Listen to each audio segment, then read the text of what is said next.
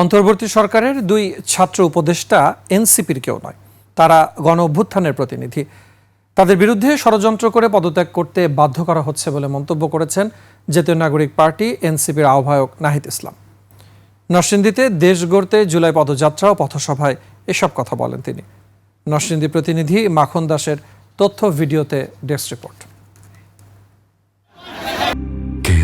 শেকড় থেকে শিখরে। জুলাই পদযাত্রার ৩০তম দিনে বুধবার বিকেলে নরসিংদীতে আসেন জাতীয় নাগরিক পার্টি এনসিপির কেন্দ্রীয় নেতারা। স্থানীয় নেতাকর্মীরা তাদের বরণ করে নেন।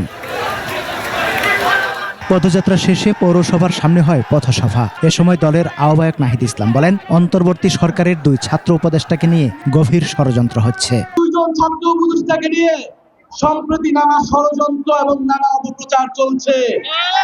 আমাদের এই দুইজন ছাত্র উপদেষ্টা আমাদের জাতীয় নাগরিক পার্টির কেউ নয়, কিন্তু তারা গণ অভ্যুত্থানের প্রতিনিধি। গণ অভ্যুত্থানকে শক্তিশালী করতে, গণ অভ্যুত্থানের আকাঙ্ক্ষা বাস্তবায়নে তারা অন্তর্বর্তী সরকারে রয়েছে। তাদের বিরুদ্ধে ষড়যন্ত্র করে তাদেরকে বাধ্য করা হচ্ছে, তাদেরকে পদত্যাগে বাধ্য করার চেষ্টা করা হচ্ছে। শেকড় থেকে শিখরে।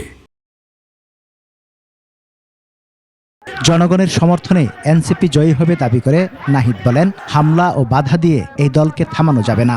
5 মাসের মাথায় যে অভূতপূর্ব জনসাড়া ফেলেছে, ইনশাআল্লাহ আগামীর সংসদে, আগামীর বাংলাদেশে জাতীয় নাগরিক পার্টির জয় জয়কার হবে।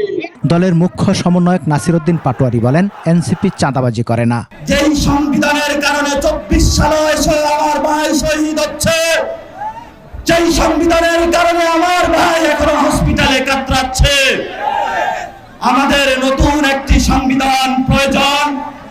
আমরা মাঠে নেমেছি, আমরা নতুন সংবিধান বানিয়ে ইনশাআল্লাহ মাঠ থেকে ছাড়বো। এর আগে জুলাই আগস্ট গণ অভ্যুত্থানের শহীদ পরিবারের সাথে মতবিনিময় করেন এনসিপির নেতারা। সমর ইসলাম, ডেস্ক রিপোর্ট, 21 টেলিভিশন।